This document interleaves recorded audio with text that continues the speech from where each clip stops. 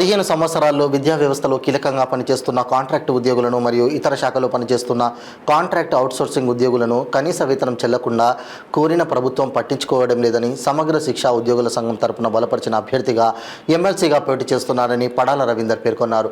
ప్రతి జిల్లా పర్యటన కార్యక్రమంలో చైతన్యవంత కామారెడ్డి జిల్లా ఉమ్మడి నిజామాబాద్లో ఓటు నమోదు తక్కువగా ఉండటం చాలా ఆలోచించదగ్గ విషయమని, యువత గ్రాడ్యుయేట్లు తక్షణమే మీ ఎమ్మెల్సీ ఓటు నమోదు చేయండి అన్నారు.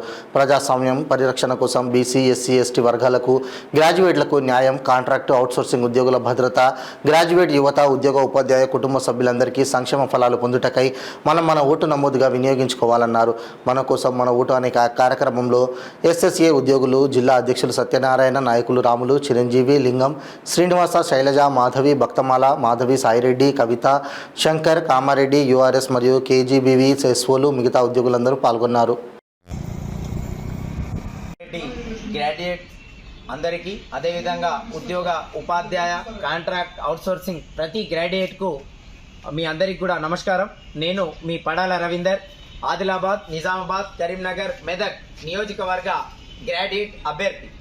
అయితే దశాబ్దాలుగా కాంట్రాక్ట్ అవుట్సోర్సింగ్ ఉద్యోగులు కావచ్చు, ఉపాధ్యాయ రంగం కావచ్చు, విద్యా రంగం కావచ్చు, నిరుద్యోగులు కావచ్చు, మనం లక్షలాది మంది గత 10 ఏళ్లుగా పోరాడుతున్నా మన హక్కులు అనేటువంటి సాధ్యపడని పరిస్థితిలో మన యొక్క వాణి ఈ ప్రభుత్వానికి, ఈ సమాజానికి వినిపించాలనేటువంటి నినాదంతో లక్షలాది మంది కాంట్రాక్ట్ అవుట్సోర్సింగ్ ఉద్యోగుల యొక్క బానిసత్వం పెంచడం కోసం, వాళ్ళకు ఉద్యోగ భద్రత కల్పించడం కోసం సమగ్ర శిక్ష ఉద్యోగుల్లో 22,000 కుటుంబాలు ఉన్న ఈ రాష్ట్రంలో వాళ్ళందరికీ న్యాయం చేయడం అనేటువంటిది ప్రధాన ఎజెండాగా, అదేవిధంగా బీసీ, ఎస్సీ, ఎస్టీ, మైనారిటీ వర్గాలకు న్యాయం చేయడం, అదేవిధంగా గ్రాడ్యుయేట్లందరికీ కూడా స్కిల్ డెవలప్మెంట్ సెంటర్లు ఏర్పాటు చేయడం, ఐఏఎస్, ఐపీఎస్ ట్రైనింగ్ల కోసం బీసీ బడుగు బలహీన వర్గాలందరికీ కూడా 5 లక్షల రూపాయల స్కీమ్ని ఏర్పాటు చేయడం, టీఎస్పీఎస్సీ ద్వారా ట్రైనింగ్ పొందడం కోసం కూడా నిరుద్యోగులందరికీ కూడా 1 లక్ష రూపాయలు ప్రత్యేక సాధికారత పథకాన్ని ఏర్పాటు చేయడం లాంటి ప్రధాన అంశాలతో